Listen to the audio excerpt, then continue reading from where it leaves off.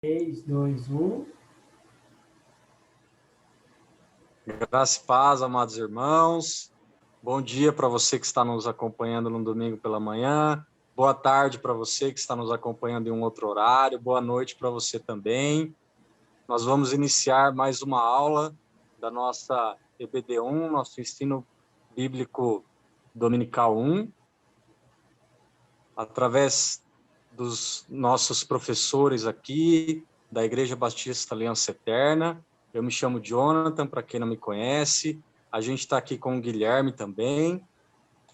Graça e paz, irmãos. Satisfação, uma honra estar participando aqui do Estudo Bíblico 1, que é tão importante, né? É a base das doutrinas aqui da nossa fé. E sendo fisicamente online, a obra não para, então a gente está aqui para compartilhar mais uma vez a palavra com os irmãos. Amém. E a nossa professora Bárbara. Oi, gente, graça e paz a todos. Estou muito feliz de estar aqui. É lógico que a gente prefere o contato, estar ali com vocês, mas como o Guilherme mesmo já falou aí, a obra não pode parar. Nós estamos aqui com disposição, com ânimo para estudar a palavra de Deus, que é tão preciosa para as nossas vidas. E eu tenho certeza que essa aula vai ser uma bênção em nome de Jesus. Amém. Vamos começar então a nossa aula 7. Os alunos da EBD1 que já acompanharam as outras aulas já estão inteirados sobre esse assunto tão importante, os anjos, um assunto basilar da nossa fé. Mas antes da gente ler o texto base, antes da gente começar a aula, vamos orar, amém? Então, feche seus olhos aí, onde você estiver, incline a sua cabeça, vamos orar para iniciarmos essa aula. Senhor, nós te agradecemos, Pai, por essa oportunidade, Senhor, de nos reunirmos, Senhor, ainda que de maneira online, Senhor, ainda que distanciados, Senhor, mas nós estamos juntos, Pai, unidos para aprendermos mais da Tua palavra, da Tua vontade, que o Senhor mostre para nós, Senhor, a Tua revelação, a sabedoria contida na revelação da Tua palavra, que nós possamos aprender mais de Ti, mais da Tua vontade para as nossas vidas, e possamos crescer na Tua graça e no Teu conhecimento. Em nome de Jesus, abençoa cada professor, a cada aluno, a cada um que assiste e ouve essa aula, Pai. Em nome de Jesus, amém.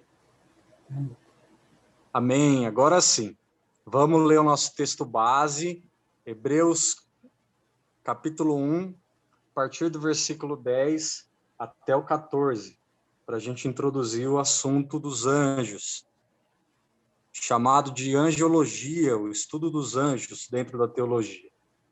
Hebreus 1, 10 diz assim: Ainda no princípio, Senhor, lançaste os fundamentos da terra, e os céus são obra das tuas mãos. Eles perecerão, tu, porém, permaneces. Sim, todos eles envelhecerão.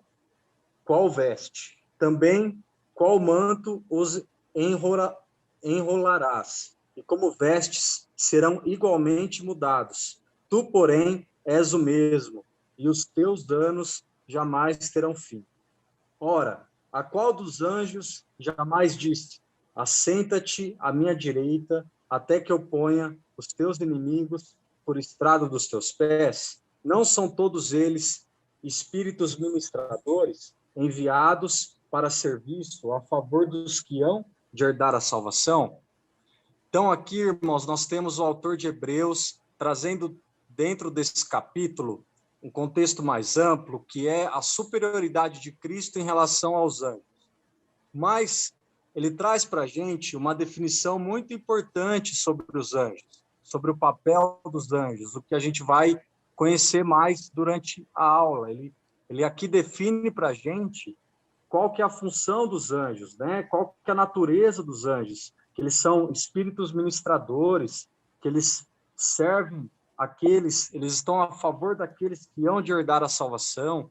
Tudo isso a gente vai ver nessa aula, né? Mas é importante, como ponto de partida, a gente entender essa definição que o autor de Hebreus traz para a gente. Então, vamos lá para o próximo slide.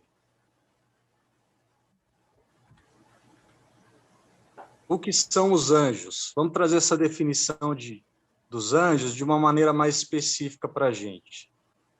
O significado do nome. O nome significa mensageiro, de Malak, no hebraico, e ângelos, no grego.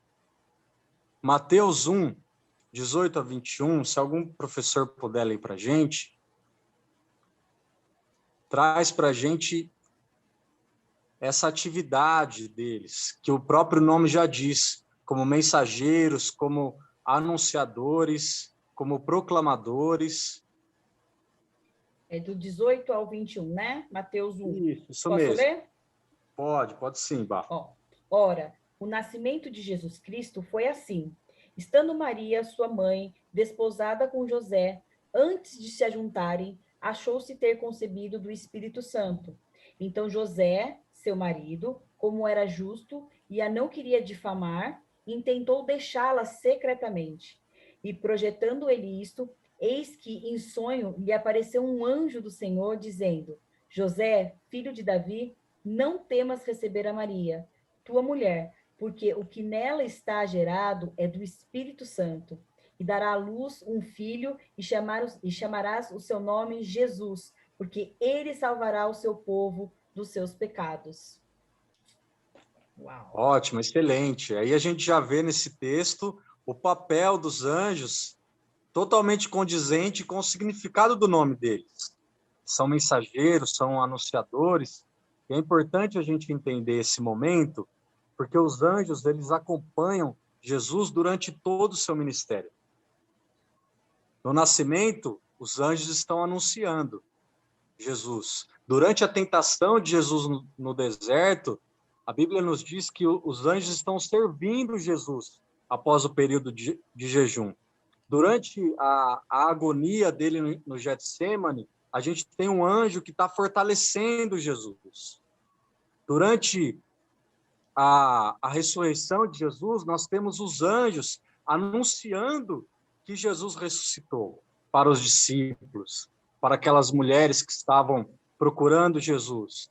E na ascensão, nós também temos os anjos acompanhando Jesus durante a ascensão e dizendo para os discípulos que, da mesma forma como eles viram o Filho do Homem ascender ao céu, eles vão ver o Filho do Homem vindo sobre a terra novamente. Então, nós vemos o papel dos anjos no ministério de Jesus de maneira completa, como eles agem de maneira completa dentro dos evangelhos e como eles acompanham todo o ministério de Jesus. Agora vamos ler Atos 8, 26.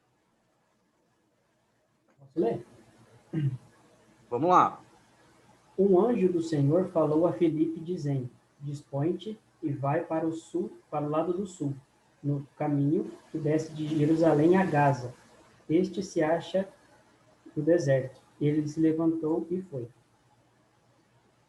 Amém. Então, aqui nós temos a participação dos anjos agora no ministério da igreja, no trabalho da igreja, na missão da igreja. Após o ministério de Jesus se encerrar aqui na terra, após a ascensão de Jesus, a atuação dos anjos, elas continuaram presentes na igreja. Então, nós vemos aqui na igreja primitiva os anjos atuando, direcionando os discípulos, aqui no caso o anjo direcionando Filipe para que ele vá proclamar o evangelho para o eunuco. E o que a gente leu lá em Hebreus 1, que é exatamente esse o papel dos anjos. Os anjos estão servindo aqueles que hão de herdar o reino dos céus. Então, é o anjo servindo Filipe como um herdeiro do reino dos céus, como um filho de Deus, como alguém nascido de novo, e também servindo alguém que há de herdar o reino do céu, que no caso é o eunuco etíope, que ouviu o evangelho, se converteu e que foi batizado. Então, nós vemos como a palavra de Deus ela vai instruindo a gente e ela vai testificando para a gente nos exemplos bíblicos tudo que os autores têm nos ensinado e têm colocado como ensino para a gente. Então, vamos ler também Atos 10, do versículo 3 até o 5. Pode deixar que eu leio, tá, gente? Esse homem observou claramente durante uma visão, cerca de hora 9 do dia, um anjo de Deus que se aproximou dele e lhe disse: Cornélio. Este, fixando nele os olhos e possuído de temor, perguntou: que é, Senhor? E o anjo lhe disse: as tuas orações e as tuas esmolas subiram para a memória diante de Deus. Agora, envia mensageiros a Jope e manda chamar Simão, que tem por sobrenome Pedro. Bom, aqui mais um exemplo da participação dos anjos na igreja primitiva, servindo aqueles que hão de herdar a salvação, que hão de herdar o reino dos céus. Então, aqui nós vemos um anjo como o anunciante pedindo para que Cornélio envie mensageiros, assim como o anjo é um mensageiro, ele também pede para que outros mensageiros proclamem essa mensagem, proclamem aquilo que ele está pedindo.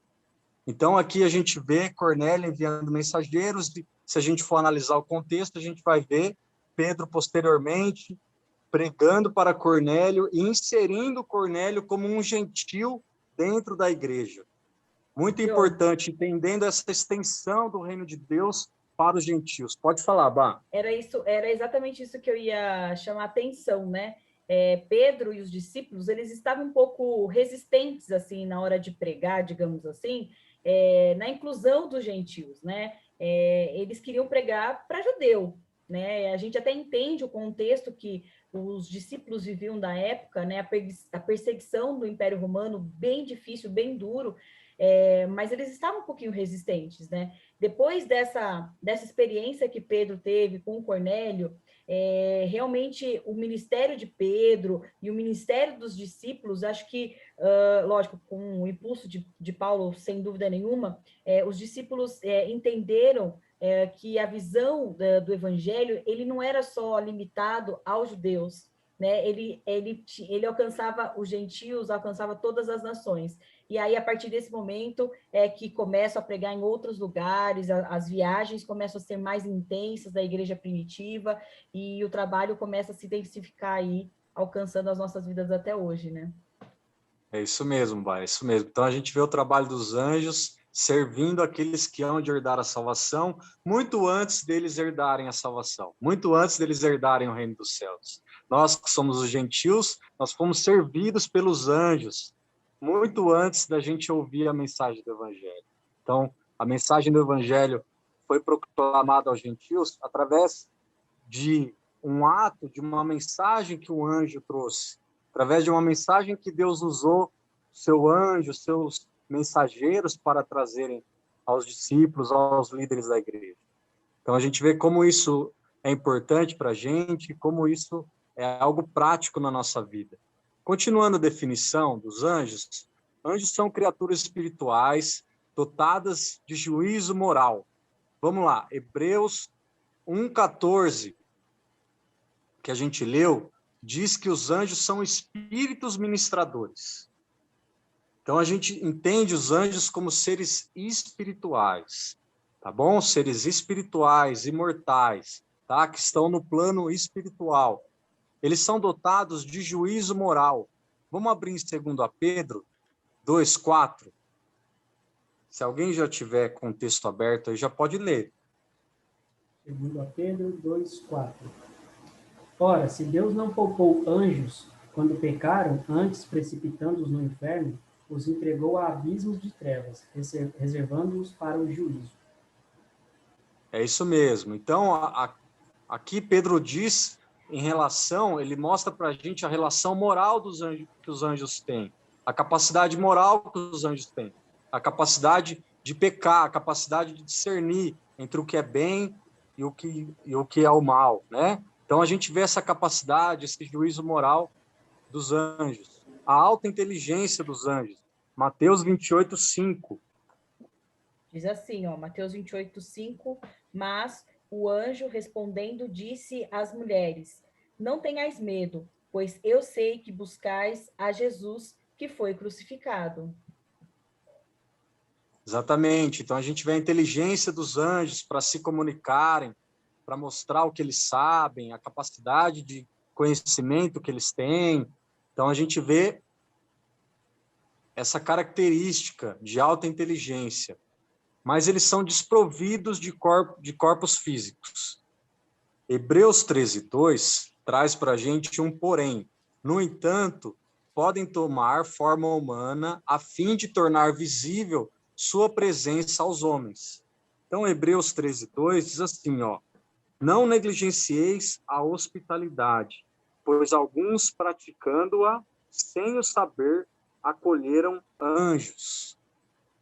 Então, por toda a Bíblia, a gente vai perceber que Deus, de maneira pontual, até de uma maneira simbólica, permite que os anjos tomem forma humana, tomem uma forma que pode ser conhecida pelos homens, que pode ser vista pelos homens.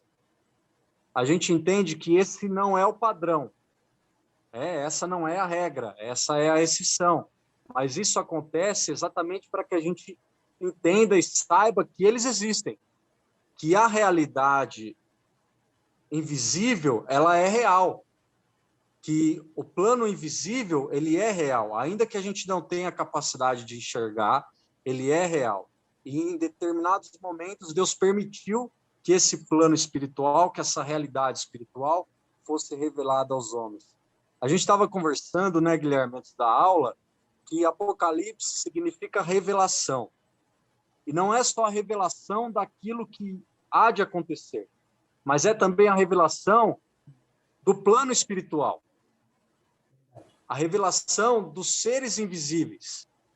Porque Apocalipse o tempo todo fala dos seres espirituais, fala dos anjos, fala dos seres celestiais. O tempo todo Apocalipse traz para a gente, descortina para a gente essa realidade espiritual. Então vamos seguir só aqui. acrescentar aqui, se você me Vai lá, Gui. se a gente for analisar as escrituras, a gente vê que são só duas criaturas, dois tipos de criaturas que Deus criou que tem esse juízo moral. Somos nós e os anjos, né? E por mais que a gente tenha essa visão de que nós somos inferiores aos anjos, por termos formas mortais agora, a gente sabe que só nós fomos criados à semelhança de Deus. Então, nós somos seres muito especiais para Deus por isso, porque a gente é criado à semelhança de Deus e nós vamos julgar os anjos, né?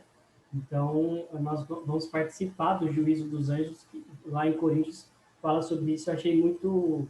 Isso é muito forte, né? Porque muitas vezes a gente se vê muito fraco, muito impotente, né? Mas quando a gente receber o nosso corpo glorificado e realmente estiver com o Senhor e chegar ao grande dia, nós estaremos com o Senhor também para julgá-los. Exatamente, Gui, exatamente. Paulo diz, né, que... Pode ir, Bá, fica à vontade. Não, complementa aí, porque o que eu vou falar é um pouquinho fora. Pode falar, Joe, depois eu termino. Tá bom. O que a gente vê é que Paulo diz que ainda não é revelado para nós aquilo que nós havemos de ser, mas que nós seremos semelhantes a Jesus, assim como ele é. Então, se ele é superior aos anjos, a gente pode entender também que a gente vai chegar nesse estágio de superioridade aos anjos, porque dessa forma Deus estabeleceu em sua criação, né? Pode falar, Bá. O famoso corpo glorificado, né? Que ninguém sabe Isso exatamente mesmo. como é que vai ser, mas vamos ter, né? Eu só queria chamar a atenção, Joe, porque as pessoas, eu não sei se vocês conseguem entender, enxergar isso, mas a temática de anjos, ela é muito pouco falada nas igrejas de atualmente. E no passado, existe um porquê da gente falar pouco sobre anjos, tá, gente? É porque é uma temática que, para muitos, beira o misticismo.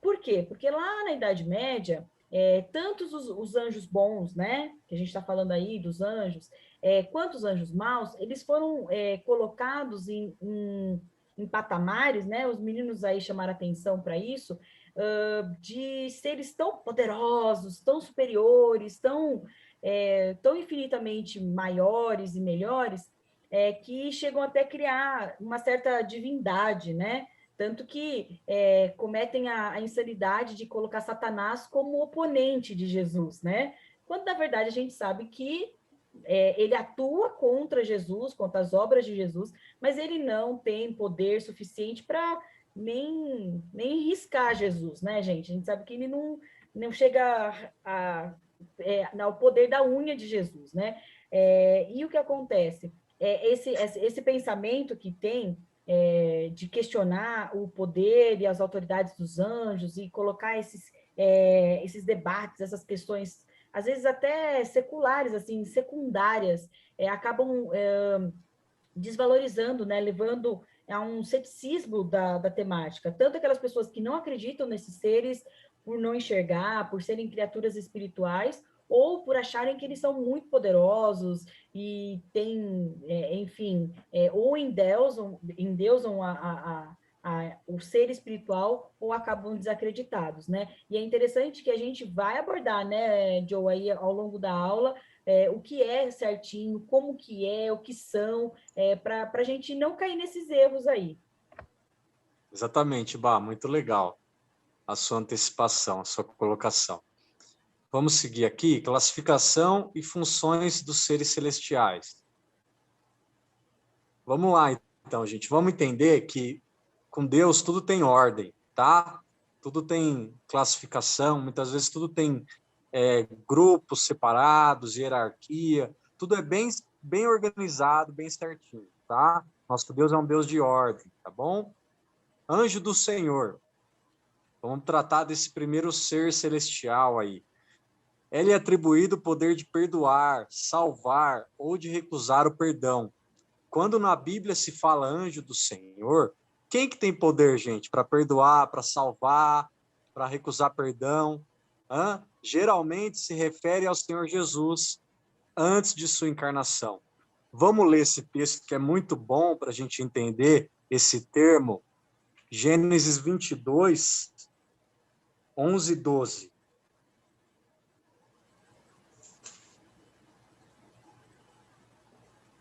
22, 11 e 12. Eu vou ler, tá bom? Mas do céu lhe bradou o anjo do Senhor. Abraão, Abraão, ele respondeu, eis-me aqui. Então lhe disse, não estendas a mão sobre o rapaz, e nada lhe faças, pois agora sei que temes a Deus. Porquanto não me negaste o filho, o teu único filho.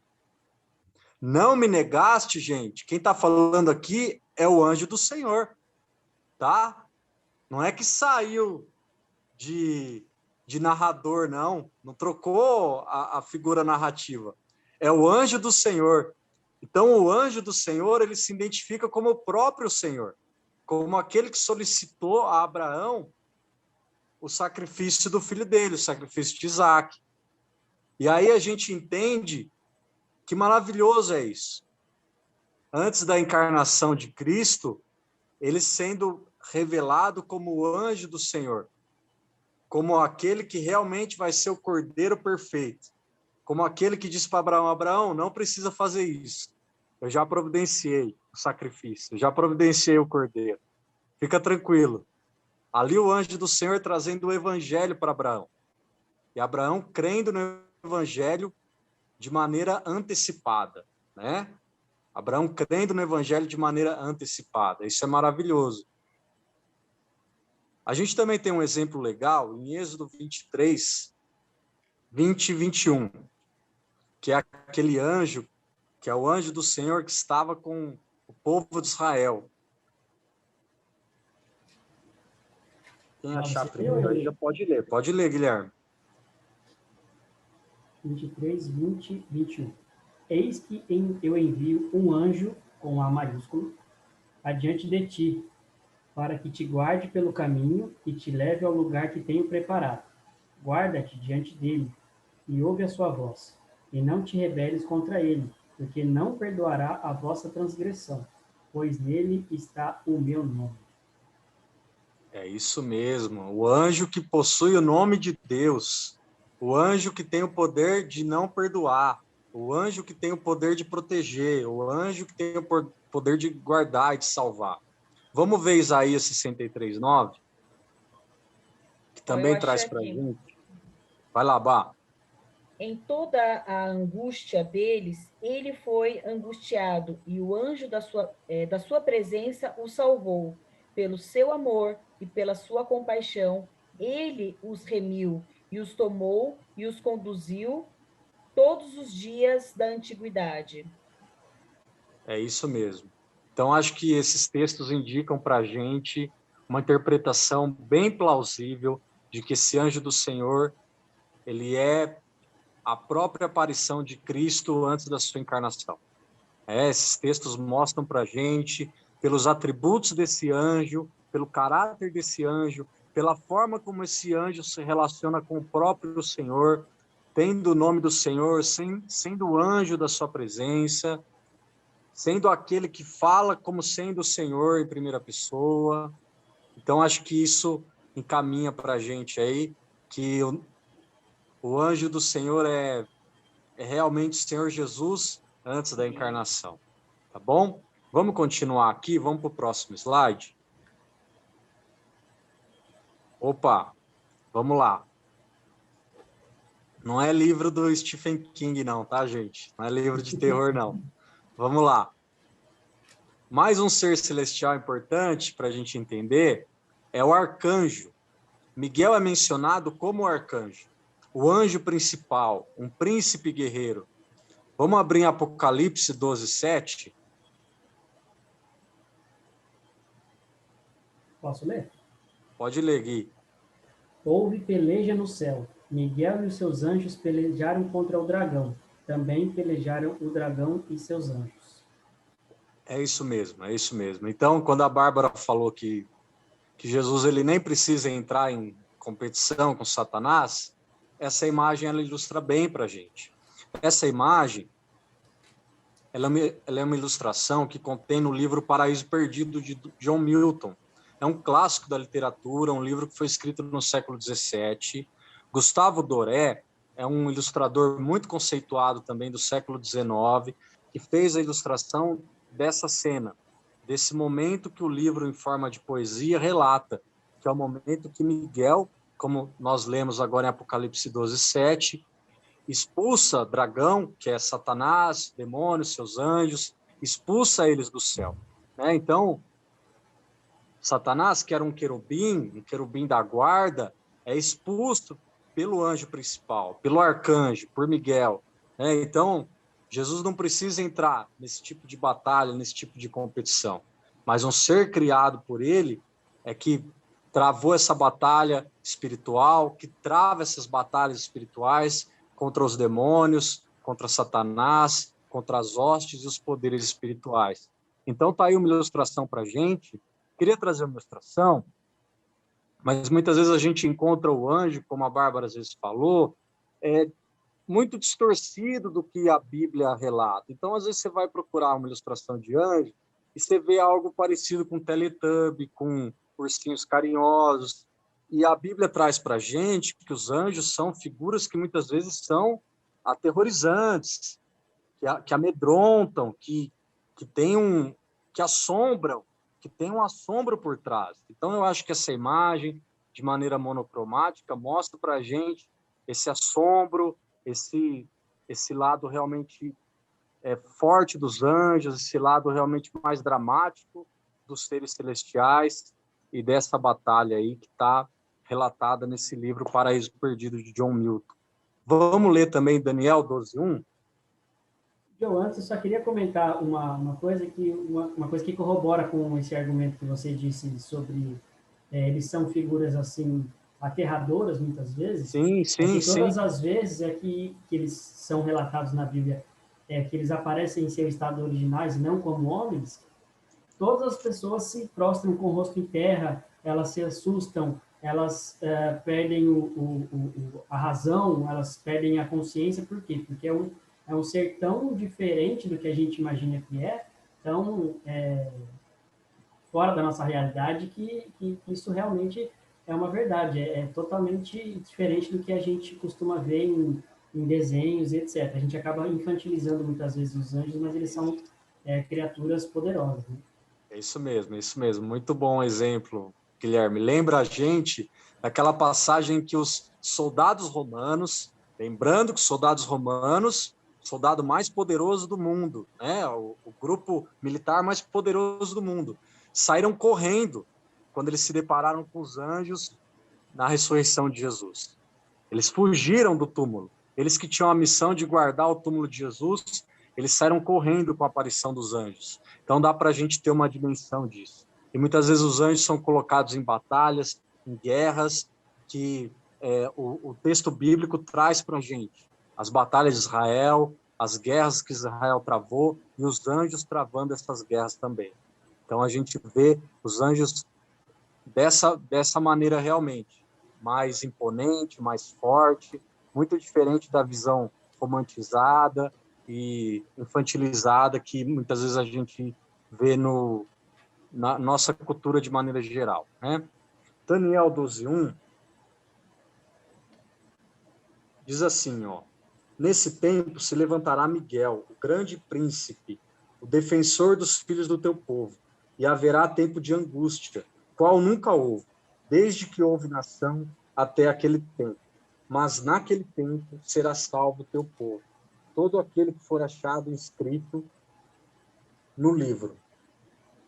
Então, mais uma vez, aqui em Daniel, a gente vê o relato de Miguel como o grande príncipe, o anjo principal, né? O grande príncipe. Daniel 10:13 também traz para a gente. Eu leio. Pode ler, Bá. Mas o príncipe do reino da Pérsia me resistiu 21 dias, e eis que Miguel, um dos primeiros príncipes, veio para ajudar-me, e eu fiquei ali com os reis da Pérsia. É isso aí. Então, nesse momento, Daniel está tendo uma visão, e o anjo está dizendo para ele, o ser celestial está dizendo para ele, olha, o anjo principal, ele veio me ajudar. Miguel veio me ajudar, porque Satanás estava resistindo. Aqui o príncipe da Pérsia é um símbolo para Satanás, tá? Então ele estava resistindo à minha vinda até você, à minha aparição até você. Então Miguel, o arcanjo, o príncipe dos anjos, ele veio me ajudar. Então a gente vê esse posto elevado de Miguel, esse ser celestial chamado arcanjo. Vamos continuar? A gente continua nesse tópico, classificação e funções dos seres celestiais. Antes, mais uma definiçãozinha importante para a gente. A angelologia, de ângelos, anjo mais logia, estudo, trata do estudo dos anjos. Porém, quando se estuda esse assunto do ponto de vista da teologia, estudam-se também outros seres celestiais, que são eles. Vamos lá, então a gente está falando dos anjos, a gente falou do anjo do Senhor, a gente falou do arcanjo, vamos falar de outros seres celestiais. Os querubins. A palavra ocorre 81 vezes na Bíblia. O nome significa aquele que ora ou aquele que abençoa. Os querubins receberam a tarefa de guardar a entrada do jardim do Éden. Gênesis 3:24.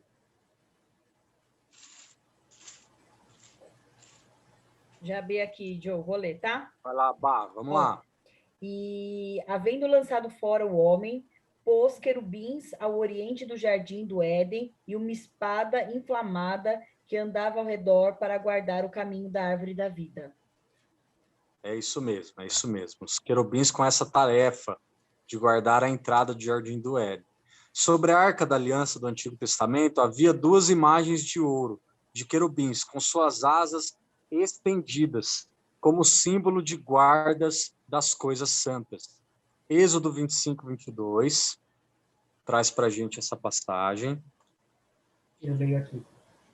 Ali Vai lá, virei a ti, e de cima do propiciatório, do meio dos 2 querubins que estão sobre a arca do testemunho, falarei contigo acerca de tudo o que eu te ordenar para os filhos de Israel.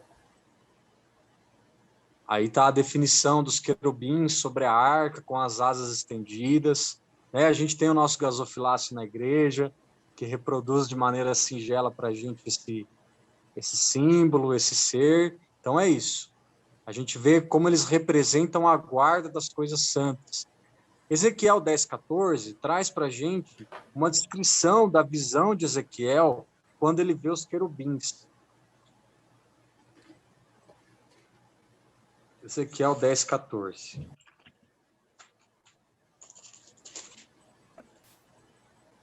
Pode ler, Joe? Pode ler, Bah. Ó, Ezequiel 10:14. e cada um tinha 4 rostos. O rosto do primeiro era rosto de querubim. E o Só um rosto... segundo, Bá. Pode falar.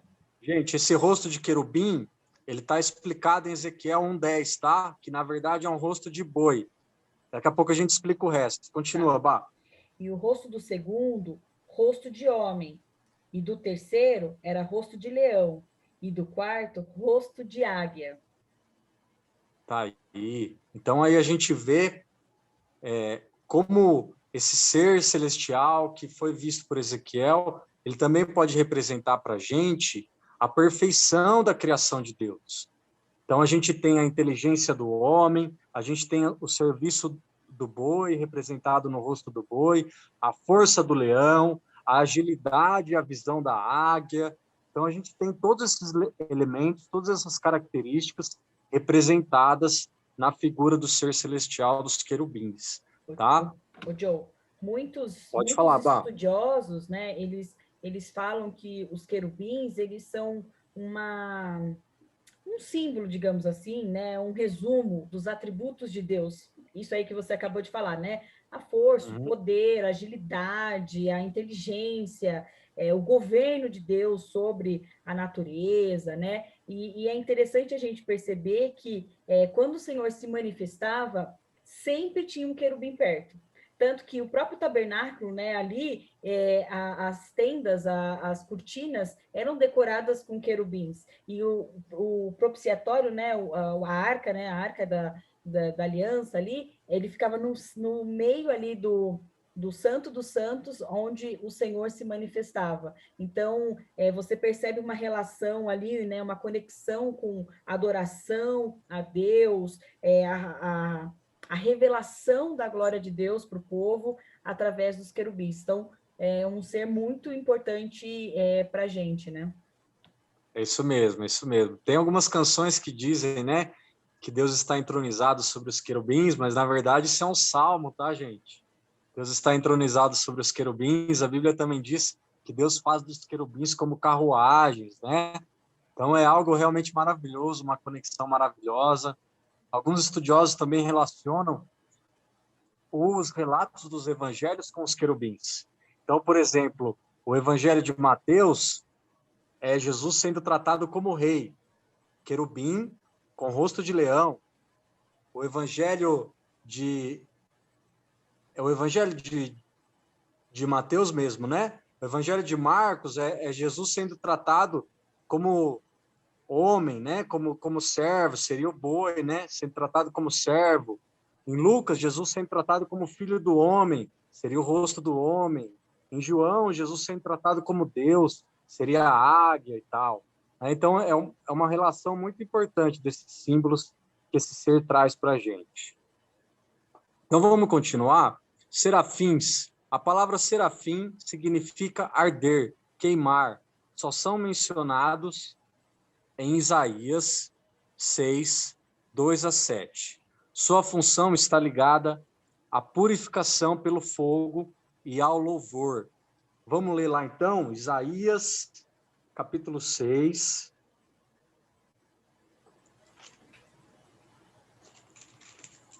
Posso ler, Joe? Você quer ler? 2-7. Pode ler, Gui. Tá. Isaías 6, 2-7. Serafins estavam por cima dele, cada um tinha 6 asas. Com duas cobria o rosto, com 2 cobria os seus pés, e com 2 voavam. E clamavam uns para os outros, dizendo: Santo, Santo, Santo é o Senhor dos Exércitos. Toda a terra está cheia da tua glória. As bases do limiar se moveram à voz do que clamava, e a casa se encheu de fumaça. Então disse eu: Ai de mim, estou perdido, porque sou homem de lábios impuros. Habito no meio de um povo de lábios impuros. E os meus olhos viram um rei, o Senhor dos Exércitos. Então um dos serafins voou para mim, trazendo na mão uma brasa viva, que tirara do altar com uma tenaz.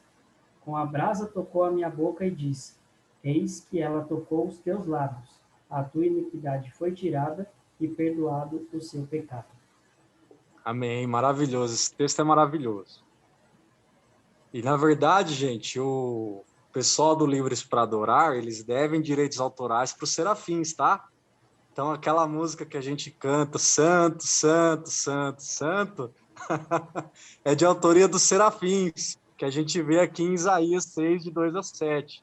Então, os serafins estão ligados ao louvor, estão ligados ao altar de Deus, à presença de Deus, estão ligados ao queimar, ao arder por Deus, ao arder em Deus, em louvor a Deus, glorificando o Senhor, tanto que eles tiram a brasa viva do altar e trazem até os lábios de Isaías, para purificar Isaías, porque Isaías tinha os lábios impuros. Então, olha só que interessante, Isaías identifica ele com lábios impuros em comparação com os serafins que louvam ao Senhor, santo, santo, santo o tempo todo. Então, o lábio de Isaías foi purificado, para que, assim como os serafins, ele também pudesse louvar ao Senhor, com lábios puros, com um coração que queima em louvor a Deus. Então, isso é maravilhoso para a gente. Eu queria só falar uma coisa, a gente percebe nessa passagem como eles estão próximos a Deus, né? Eles estão tão próximos que eles conseguem buscar essa brasa. Então, eles têm uma posição tão alta diante dos anjos que eles estão ali colados com o Senhor, né? Eles estão ali diante da presença mesmo, tanto que eles não conseguem nem se sentir dignos de olhar para Deus, eles cobrem o rosto mediante a glória e a santidade de Deus, né? Exatamente, é maravilhoso, são seres realmente elevados. Vamos continuar então, para o próximo slide. Agora a gente vai entrar no tópico natureza e caráter dos seres celestiais. Vamos descrever mais um pouquinho as características desses seres celestiais. Eles são numerosos, poderosos e obedientes. As escrituras nos ensinam que seu número é muito grande. Daniel 7:10.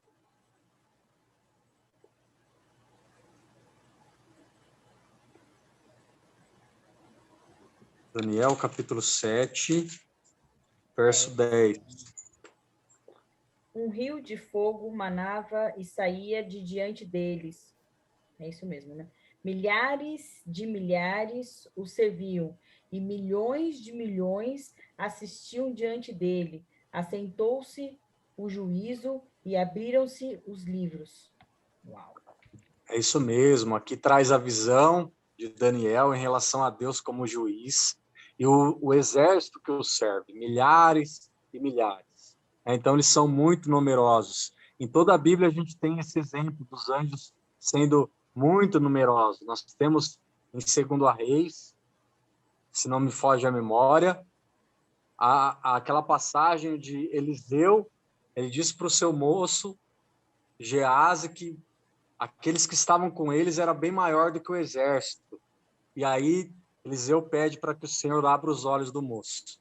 E o moço vê o exército de anjos protegendo eles, muito maior do que o exército inimigo, o exército da Síria, se não me engano. Então a gente vê também que eles são poderosos e obedientes. Segundo a Pedro 2:11. Ao passo que anjos, embora maiores em força e poder, não proferem contra elas juízo infamante na presença do Senhor. Então aqui o texto diz que eles são grandes em poder, eles são poderosos. E o Salmo 103:20 traz para a gente como eles são obedientes. Salmo 103:20 diz assim: Bendizei ao Senhor todos os seus anjos, valorosos em poder, que executais as suas ordens e lhe obedeceis a palavra. Então, os anjos, eles são obedientes, eles recebem ordens do Senhor e eles executam de acordo com a ordem, com a palavra que eles recebem. Então, eles são exemplos para nós também. São santos. Deixa eu só Pode comentar falar, uma coisinha aqui. O bacana é que a gente vê, com toda a autoridade que eles têm, ainda eles são, como você falou, obedientes e entendem qual é a posição deles ali no reino de Deus, né? Tanto que em Judas, se a gente for ler lá Judas só tem um capítulo, né? No versículo 9 fala assim: contudo, o arcanjo Miguel, quando contendia com o diabo e disputava a respeito do corpo de Moisés, não se atreveu a proferir juízo infamatório contra ele. Pelo contrário, disse: o Senhor te repreenda. Ou seja, ele, conforme a gente viu nos versículos anteriores, ele é um dos primeiros príncipes, ele é o príncipe que guerreia, e ainda assim ele entende que Deus é que condena o diabo e ele entrega essa condenação ao Senhor. Ele não toca em Satanás nesse momento. Né? Exatamente, exatamente. Aí Pedro também diz, né, quando ele está tratando isso em 2:11, que como eles são poderosos e submissos. Como o ser humano é frágil, fraco, perto deles, e é insubmisso, e é rebelde.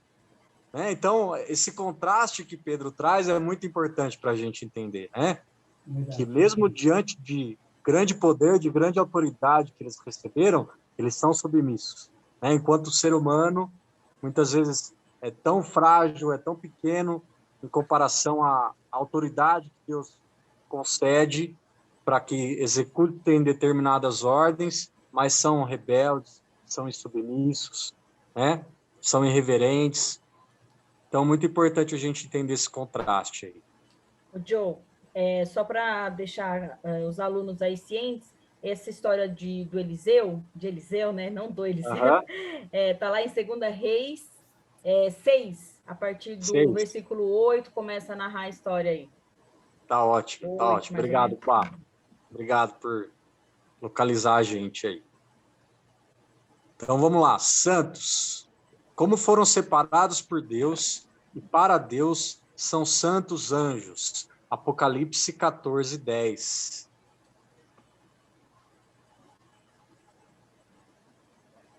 Apocalipse.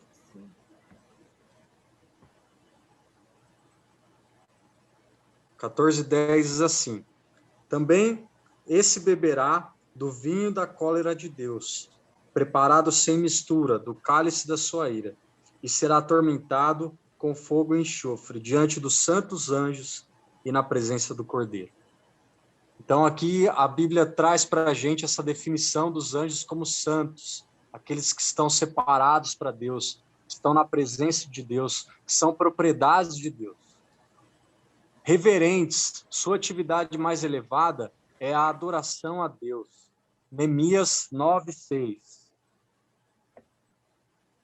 9:6 diz assim, ó: só tu és Senhor, tu fizeste o céu dos céus e todo o seu exército, a terra e tudo quanto neles há, os mares e tudo quanto neles há, e tudo os guarda com vida a todos, e o exército dos céus te adora.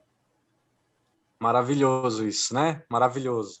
A gente vê esse caráter dos anjos, a natureza dos anjos, é algo que realmente inspira a gente em relação à reverência, à obediência, a saber, a ter a consciência da nossa santidade diante de Deus. Isso é maravilhoso. Algum professor quer fazer mais algum comentário? Pode ficar à vontade, Bá. Só uma observação, né? Os anjos não poderiam estar diante de Deus se eles não fossem criaturas santas, né? Porque aonde o Senhor está, o clima exige-se uma santidade. A presença do Senhor ali é a própria santidade, né? Então, não poderia ser diferente os anjos e todos que assistem na presença de Deus ali, né? Amém. Isso mesmo, Bá. Isso mesmo. Glória a Deus. Uma observação que eu queria fazer também é que nesse versículo que a gente leu, fica claro que, apesar de eles serem celestiais, eles não são eternos, né? No sentido de eles não sempre existiram. Eles são criaturas como nós. Né? Então, aqui fala que tudo que há no céu ele também criou. Então, embora eles sejam celestiais, eles não são criaturas eternas como a Trindade é, como a gente entende na triunidade de Deus. Eles são criaturas celestiais, mas também foram criadas pela Trindade. Excelente observação, Gui. Excelente observação. Eles são criados e não gerados, né? São criaturas. Então, vamos lá? Vamos seguir para o próximo slide? agora a gente chegou num ponto importante. A gente viu todo o conhecimento que a Bíblia traz para a gente em relação aos anjos, seus atributos, seu caráter, a sua natureza, a sua grandiosidade. Tudo isso é maravilhoso. Tudo isso é maravilhoso. Mas mais importante que isso é a nossa relação, é a nossa interação com os anjos. Porque se a gente não tiver a interação correta, a relação correta com os anjos, na verdade, algo que é para ser uma bênção para as nossas vidas, algo que é para ser algo que edifica a nossa vida, vai se tornar uma grande pedra de tropeço, um grande caminho de desvio, uma grande queda, um grande problema para a gente. Então, vamos lá? Nossa relação com os anjos, para que a gente tenha uma relação saudável, uma relação que contenha a sabedoria bíblica realmente. Devemos ter consciência da presença dos anjos em nossa vida diária. Assim como a Bá disse, é importante que a gente, muitas vezes, não se desassocie dessa realidade espiritual, que são os anjos, que é a presença dos anjos em nossa vida, em nosso cotidiano, ainda que a gente não enxergue com os nossos olhos físicos, porque eles estão se alegrando por um pecador que se arrepende. Lucas 15, 10. Eu vos afirmo que, de igual modo, há júbilo diante dos anjos de Deus por um pecador que se arrepende. Olha que maravilhoso isso. Então, eles estão contemplando o arrependimento do pecador. Quando a gente se arrependeu, quando a gente vivenciou o evangelho na nossa vida, quando a gente realmente se rendeu ao reino de Deus, à vontade de Deus na nossa vida, os anjos se alegraram, né? Quando o Gui se rendeu diante de Deus, quando o Gui se arrependeu, quando o Gui se prostrou e se rendeu ao Senhor, os anjos se alegraram, os anjos comemoraram por esse arrependimento. Quando eu também fiz isso, quando a Bá também fez isso, quando nós cremos no Evangelho, quando nós nos arrependemos, os anjos se alegraram. Isso é maravilhoso, a gente entender que quando a gente está fazendo aquela festa lá no batismo e aquela comemoração toda, e é muito legal aquele momento do batismo, a gente está celebrando com os anjos diante de Deus. Isso é maravilhoso, a gente ter essa consciência. Isso nos inspira ainda mais. Saber que aquela festa que a gente está fazendo na igreja, os anjos estão fazendo diante de Deus. Isso é maravilhoso. Eles também estão observando com anseio as glórias do plano de salvação se realizando a cada dia na vida de cada cristão. 1 Pedro 1:12. 1 Pedro 1:12 diz assim, aos quais foi revelado que, não para si mesmos, mas para nós, eles ministravam essas coisas que agora vos foram anunciadas por aqueles que, pelo Espírito Santo, enviado do céu, vos pregavam o evangelho, para as quais coisas os anjos desejam bem atentar. É isso mesmo, os anjos desejam bem atentar. Para o quê? Para o evangelho. Foi pregado por quem? Pelos profetas do Antigo Testamento. É isso que Pedro está se referindo. Que os profetas do Antigo Testamento desejavam ver o que a gente vê hoje. Desejavam vivenciar o que a gente vivencia hoje. E que os anjos se atentam para tudo isso. Vamos ler em Efésios 3:10, que também traz um exemplo para a gente de como os anjos observam essa glória do plano de salvação se realizando na nossa vida. Para que, pela Igreja, a multiforme sabedoria de Deus se torne conhecida agora dos principados e potestades nos lugares celestiais. Nos lugares celestiais. Então, a multiforme sabedoria de Deus se dá conhecida através da igreja. Olha como isso é sério. Olha que quando a gente pensa na igreja como corpo de Cristo, que possui os dons que Deus distribui para que a sua multiforme graça e sabedoria se manifeste, olha como isso é algo sério, como isso está sendo observado pelos principados e pelas potestades. Deus poderia se manifestar a eles com a sua multiforme de sabedoria e graça de muitas maneiras, como a gente sabe que muitas vezes Deus faz isso na natureza e de muitas outras formas, mas Deus deu essa proeminência, Deus deu esse privilégio à igreja. E os principados e potestades conhecem a multiforme sabedoria da graça de Deus através da igreja. Olha como isso é maravilhoso. Através da manifestação do Espírito Santo na igreja, atuando em cada membro, com membros diferentes, distintos, mas em uma unidade, em um corpo, com dons diversos, mas com a mesma missão, com o mesmo propósito, a multiforme sabedoria de Deus, ela é manifesta aos principados e potestades nas regiões celestiais. Olha como isso é maravilhoso, e olha como a relação dos anjos com a gente é algo realmente próximo, é algo realmente maravilhoso. Os anjos conhecem mais de Deus quando eles olham para a igreja. Olha como isso é tremendo, olha como isso é profundo, como isso é maravilhoso, né? Isso não pode deixar de mostrar também, Joe, a responsabilidade que a gente tem, né, de vivermos esse evangelho na sua plenitude, sermos exemplos de cristão, de amar o próximo, de respeitar o próximo, de acolher o próximo, o evangelho na sua plenitude, né? E isso é uma responsabilidade muito grande, muito séria para a gente. É isso mesmo, é isso mesmo. Bom, então, é importante a gente ter essa relação de maneira positiva com os anjos, sabendo que eles estão se alegrando com a gente. Quando a gente está celebrando a Deus lá, louvando a Deus, os anjos já estavam. Os anjos já estão celebrando o tempo todo. A gente está se unindo a eles em celebração, em uma assembleia universal, diante de Deus, louvando a Deus junto com os anjos. Então, isso é maravilhoso, a gente se alegrar, sabendo que eles estão presentes também. E a gente ter essa responsabilidade, sabendo que a gente também carrega essa glória do Evangelho, a gente também carrega essa glória de Deus, que os anjos se atentam, que os anjos glorificam a Deus por essa glória de Deus que é manifesta através da igreja. Então, isso é maravilhoso. Porém, nós temos algumas precauções importantes na nossa relação com os anjos. Isso é importantíssimo. Primeiro, recusar-se a receber doutrinas falsas de anjos. Gálatas 1:8. Gálatas 1, capítulo 8. Eu leio, ó.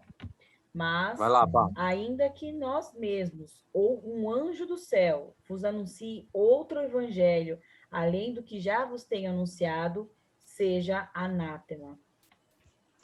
Seja anátema. Para quem não sabe o que é anátema, é maldito, tá? Então, o anjo, se ele anunciar um evangelho diferente daquele que nós recebemos através do Senhor Jesus e dos seus apóstolos, ele é um anjo maldito, ele é um anjo amaldiçoado, para a gente entender a importância da revelação de Deus contida nos evangelhos, contida nas escrituras. Como é importante isso, a excelência da revelação de Deus em relação a qualquer revelação que possa vir pelos anjos. Então, isso é muito importante. E a gente tem um exemplo, né, de uma religião que se formou, a religião dos Mormons, que se formaram pelo Joseph Smith, que alega ter tido uma revelação do verdadeiro evangelho, uma revelação da verdadeira religião, através do anjo Moroni. Mas o apóstolo Paulo já estava prevenindo a gente, muito antes. Lá em Gálatas 1:8, o apóstolo Paulo já estava prevenindo a gente que essa religião poderia, muitas vezes, surgir, conhecendo o apóstolo Paulo a natureza do ser humano, a condição do ser humano, trouxe para a gente esse fundamento teológico importantíssimo. Vamos ler também 1 Reis 13:18. Então, mesmo que um anjo apareça para você, ou mesmo que alguém diga que um anjo apareceu para ele, tá? Vamos ler lá 1 Reis 13:18. Fala assim: tornou-lhe ele: também eu sou profeta, como tu. E um anjo me falou por ordem do Senhor, dizendo: faze-o voltar contigo à tua casa, para que coma pão e beba água. Entre parênteses, porém mentiu-lhe. Porém mentiu. Aqui que está acontecendo aqui, gente? Um profeta, ele sai de Judá, ele vai trazer uma palavra de juízo para Jeroboão, e Deus pede para ele voltar para Judá, passar por Betel e não fazer nada, não comer, não parar em lugar nenhum, voltar direto, né? A gente entendendo Judá como lugar da presença de Deus e Betel, o lugar onde a idolatria estava se instalando, né? Então, a gente entendendo isso, esse ponto. E aí, esse velho profeta, ele se apresenta e ele alega que um anjo trouxe uma revelação para ele, diferente daquela que o profeta tinha recebido do próprio Deus. Que o jovem profeta, vou chamar assim para a gente diferenciar, tinha recebido do próprio Deus. E esse jovem profeta ouve esse velho profeta com esse argumento de que ele tinha recebido essa palavra dos anjos. E depois a gente, ao decorrer do texto, a gente vai perceber que esse jovem profeta acaba sendo enganado e sofrendo o juízo da parte de Deus por conta da desobediência dele em relação à palavra que Deus tinha lançado para ele. Então, mesmo que um anjo apareça para a gente de maneira visível, muitas vezes de maneira corpórea, palpável, ou que alguém diga que um anjo apareceu para ele, isso não tem mais autoridade do que as Escrituras. Isso não tem mais autoridade do que a revelação de Deus. Isso não tem mais autoridade. Isso não é algo que pode ter mais crédito para a gente do que a sã doutrina, do que a doutrina dos apóstolos, do que a revelação do Evangelho. Amém? Amém. Eu queria comentar. Vou falar. Pode ir.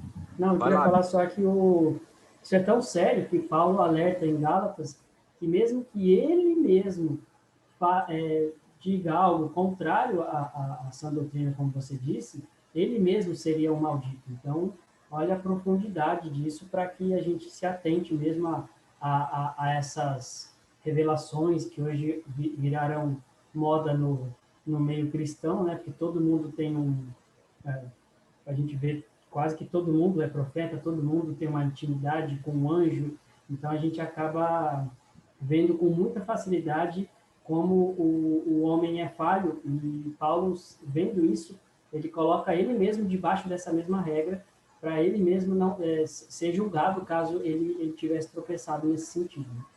É isso mesmo. Maravilhoso isso, né? E entra naquilo que a Bá falou do misticismo, né? Quando a fé vira uma questão de experiência mística, e você não existe, você não tem mais uma regra de fé e prática, você não tem mais um parâmetro, né? E o nosso parâmetro é a palavra de Deus, nossa base é a palavra de Deus, independente das revelações dos anjos ou não. Você ia falar, Bá? Não, eu ia falar exatamente isso, né? A gente só tem que tomar cuidado, porque óbvio que a gente a nossa aula aqui, o foco é falar sobre anjos e a revelação, a mensagem que o anjo traz. Mas isso serve para outras questões também, né? A gente tomar cuidado para não fazer a palavra de Deus a segunda, né? Deixar a Bíblia em segundo plano e aceitar algumas coisas estranhas que estão vindo, né? Assim, não graças a Deus no meio da nossa igreja, porque os nossos pastores, a nossa liderança é muito séria com relação à palavra de Deus, e glória a Deus por isso, porque fazem das escrituras a nossa base, pregam a palavra de Deus, mas se vier fogo estranho no meio nosso, né, a gente tem que tomar, opa, pera lá, isso é do cara, né, da pessoa, ou isso tá na palavra de Deus, né? A gente tem que tomar muito cuidado. É isso mesmo. Amém. Bom, mais uma precaução importante. Não adorar, dirigir ou procurar os anjos. Colossenses 2,18.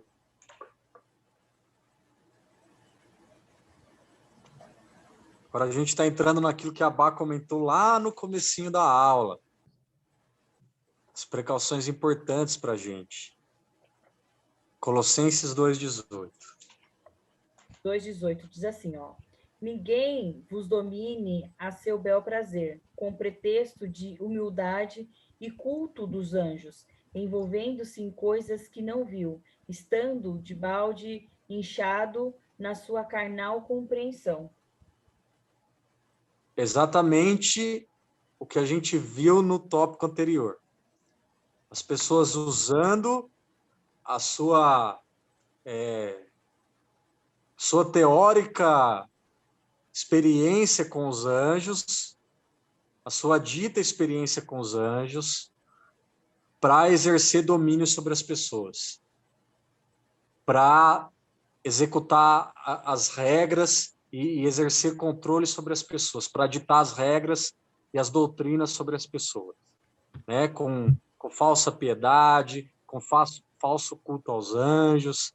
Então, a Bíblia, ela traz para a gente como os anjos são criaturas realmente abençoadas por Deus, criaturas que são ferramentas de Deus, mas a Bíblia também traz para a gente precauções que nós temos que ter em relação aos anjos. Apocalipse 19:10, gente, diz assim: prostrei-me ante os seus pés para adorá-lo.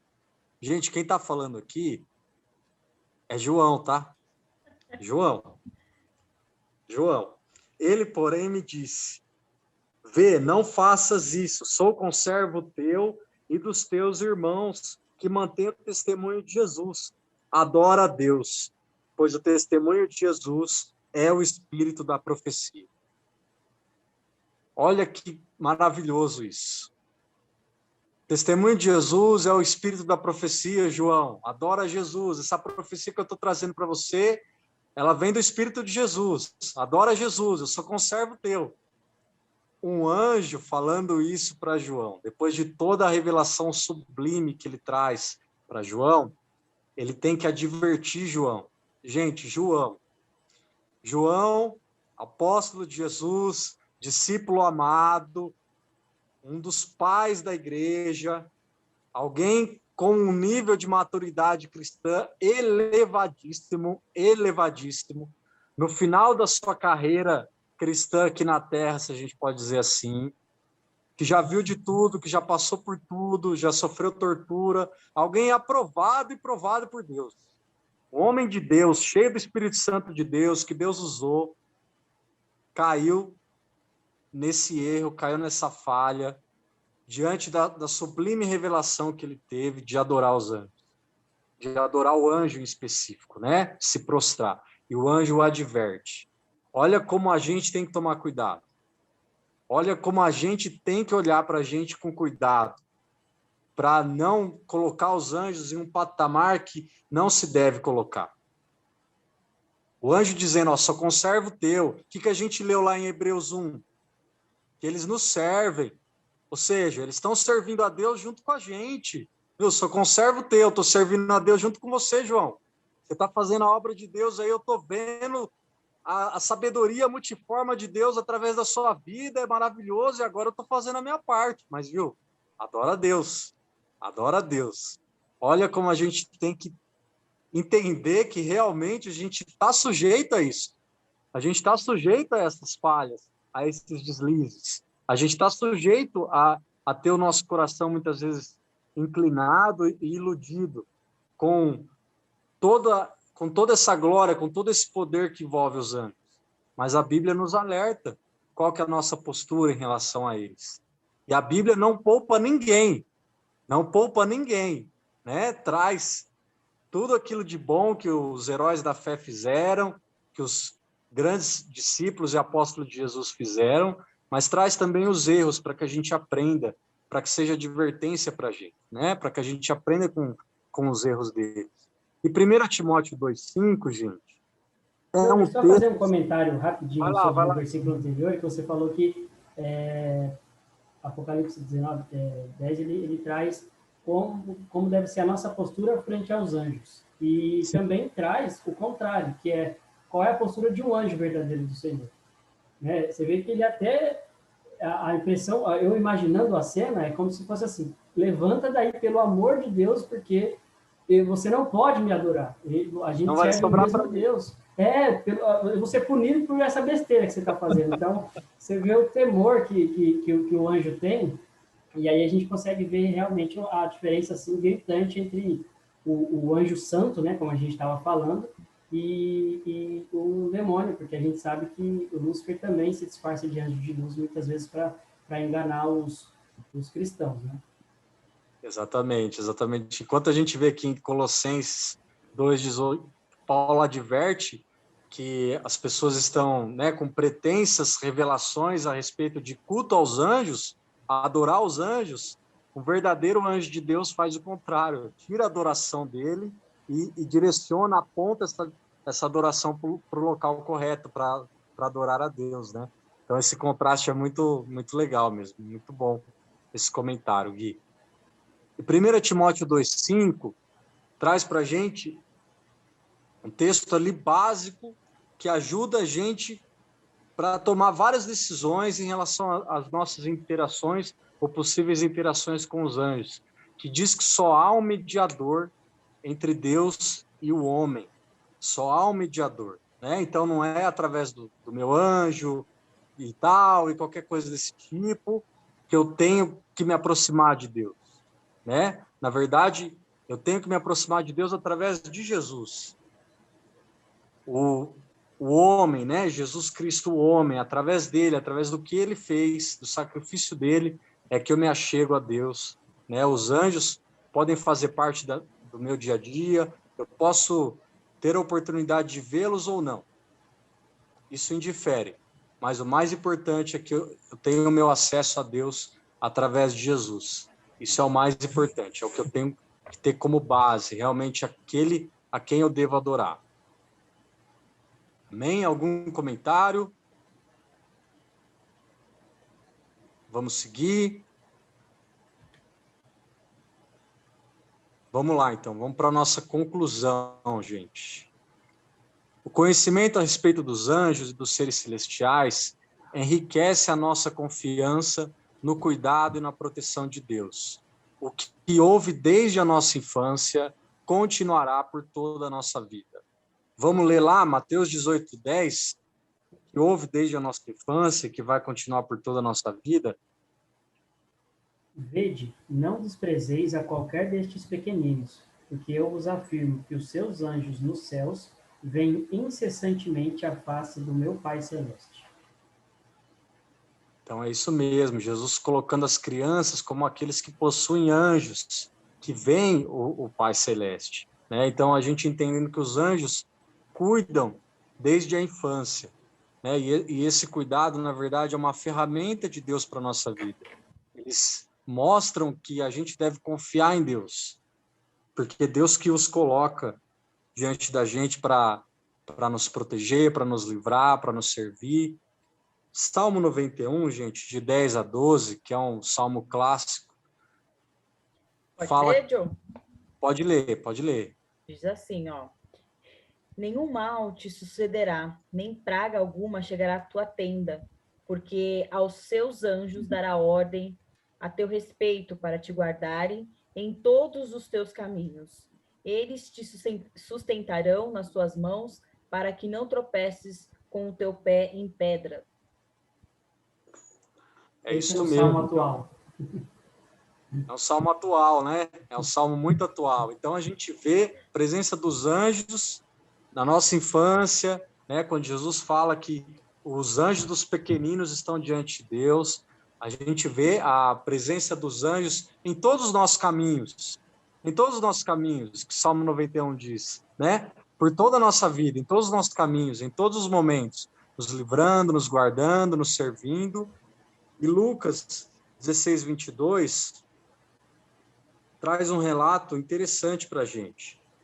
Aconteceu morrer o mendigo e ser levado pelos anjos para o seio de Abraão. Morreu também o rico e foi sepultado. Então, a gente trouxe exemplo bíblico da presença dos anjos em todas as fases da vida do ser humano. Na infância, a criança nem sabe de nada. E dizem que anjo de criança é bom, né?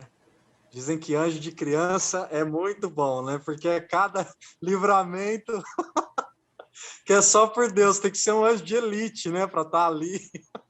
Anjo do É bloco. só graça. Quase um arcanjo. Tem que ser a tropa completa, né, gente? Meu Deus do céu. Salmo 91, 10, 12 diz: em todos os nossos caminhos, a gente pode entender isso, nossa vida adulta, no decorrer da nossa vida.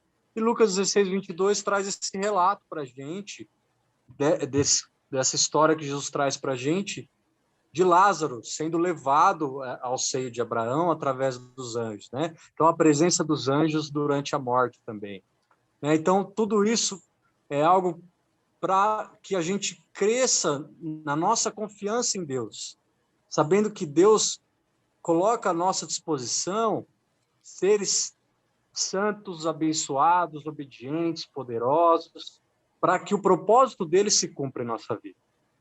Para que a gente se torne cada vez mais semelhante a ele, para que a gente se torne cada vez mais parecido com ele, há um grande investimento, há um grande mover espiritual, há uma grande ação e um movimento nas regiões celestes acontecendo durante o nosso desenvolvimento, durante o nosso amadurecimento como cristãos e até antes da nossa conversão, né? Então, tudo isso é motivo para que a gente glorifique a Deus, para que a gente saiba se relacionar com os anjos de uma maneira correta, de uma maneira sábia, de uma maneira bíblica, e para que a gente continue sendo abençoado por Deus em tudo.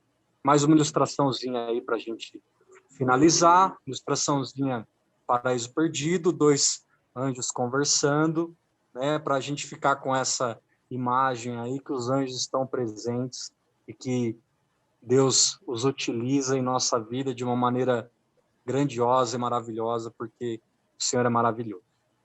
Amém? Algum professor quer fazer mais algum comentário, alguma observação? Fique à vontade.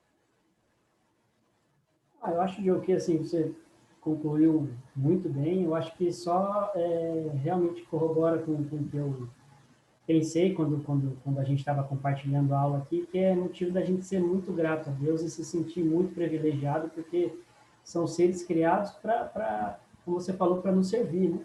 Então, a gente não está sozinho, a gente está sempre guardado pelos anjos do Senhor, e a gente vê aí que são poderosos, não é qualquer ser que cuida de nós, é um anjo poderoso que está aí desde o nosso nascimento até nosso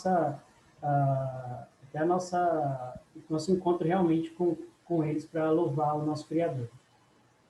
Amém. Isso mesmo. Glória a Deus. Então é isso, irmãos.